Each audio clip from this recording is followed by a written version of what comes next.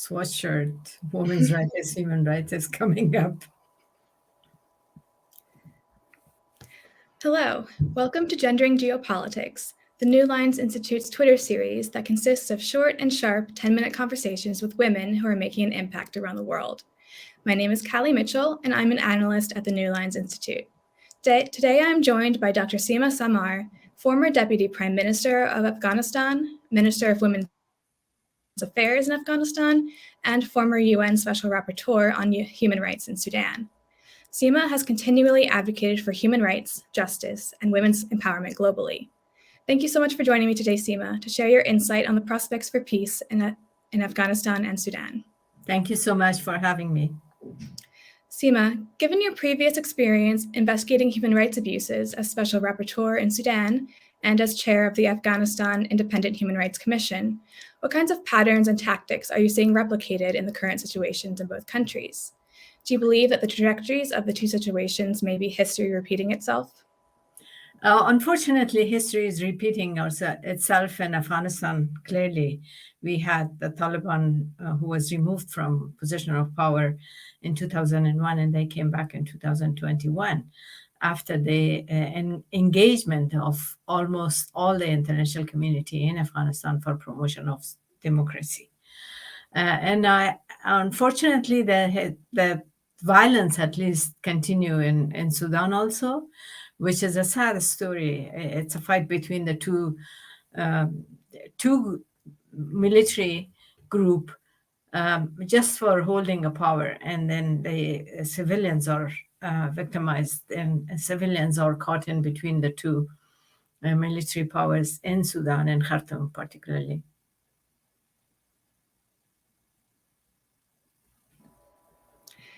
It's really disappointing to see how the cycles of fragility and conflict are repeating in both countries.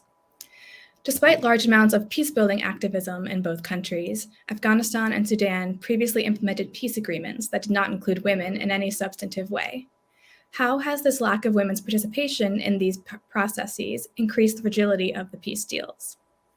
Well, we see that the peace deal did not reach to a real peace, a sustainable peace in both countries. Unfortunately. But it is very clear that you cannot make peace with half of the population.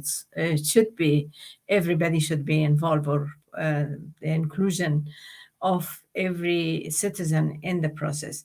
I'm not saying that every citizen should be set on the table, but they should have say, and they do have the rights to say what they want, and they should be included on those processes. In the peace process in Afghanistan, women were minority, and then it's same in Sudan, and we see that the result of both of the peace process. It's really frustrating to see women continually excluded from these processes, especially when we know that their participation increases the likelihood of the agreement lasting. There seems to be a perceived trade-off among armed groups and mediators between ending violence quickly and building a sustainable peace. And the pattern of mediation practices seems to prioritize that quick end rather than the sustainable end that women's participation provides. What repercussions has the exclusion of women from peace processes in both countries had for women's rights in Afghanistan and Sudan? Well, I think, as you said, that unfortunately people are trying to have quick fix projects rather than long-term, more sustainable peace in the country. That's why we failed, and we see in both countries that the peace was not sustainable, and it's not actually it's not accepted and supported by the public, and that is a lesson that we all have to learn. That we as a woman, we do not want to be sidelined.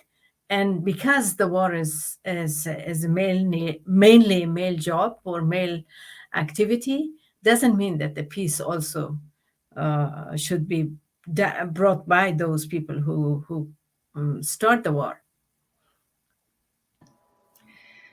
Just yesterday, the UN concluded 2 days of closed-door meetings in Doha to discuss the human rights situation in Afghanistan and the removal of sanctions on the Taliban's government. This was after some confusing and concerning comments by the UN Deputy Secretary General, Amina Mohammed, about recognizing the Taliban. No Afghan women participated on the panel. What sort of message does this exclusion send to both Afghan women and to the international community about the importance of women's rights? Well, I think we all protested somehow, but I think the inclusion of women in this particular conference in Doha was not an issue, because it was mainly between the UN and the special representative of different countries who are involved in Afghanistan. So I just hope that the outcome will be a unified approach to the Taliban.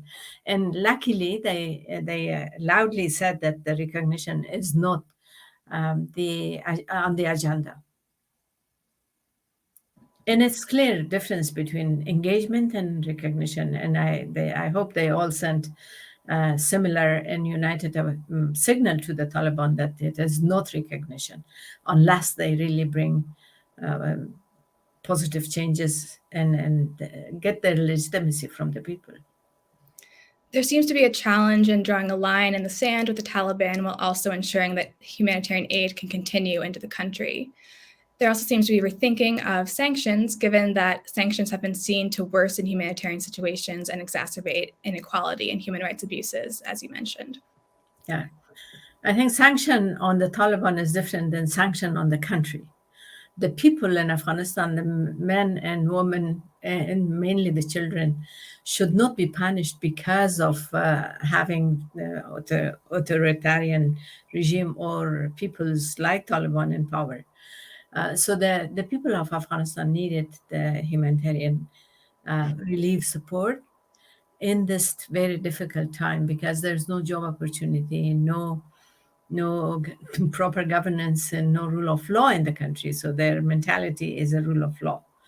And as you know, that they really restrict women's from, they erase actually a woman from this public social life. Absolutely.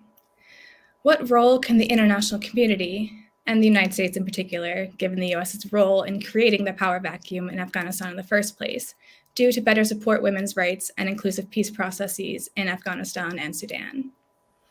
Well, I think they have moral responsibility, because we should not forget that the Taliban-style people were supported by the U.S. during the Cold War, and they are the outcome of the Cold War. So they have the responsibility to help the people again, and to promote and protect human rights, and particularly the rights of the half of the population, which is practically under house arrest and living in a prison, in an open prison. So they have the responsibility to protect human rights, and particularly the rights of women in Afghanistan. And they came to Afghanistan in 2001, claiming that they are protecting women's rights and free Afghan women. And that promise has to be fulfilled. Sima, thank you so much for taking the time to join me today and for lending your expertise to our conversation about the situations in Afghanistan and Sudan and potential pathways for peace.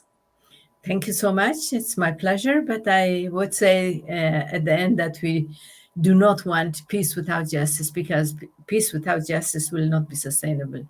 And thank you so much for doing this. Thank you. Thank you.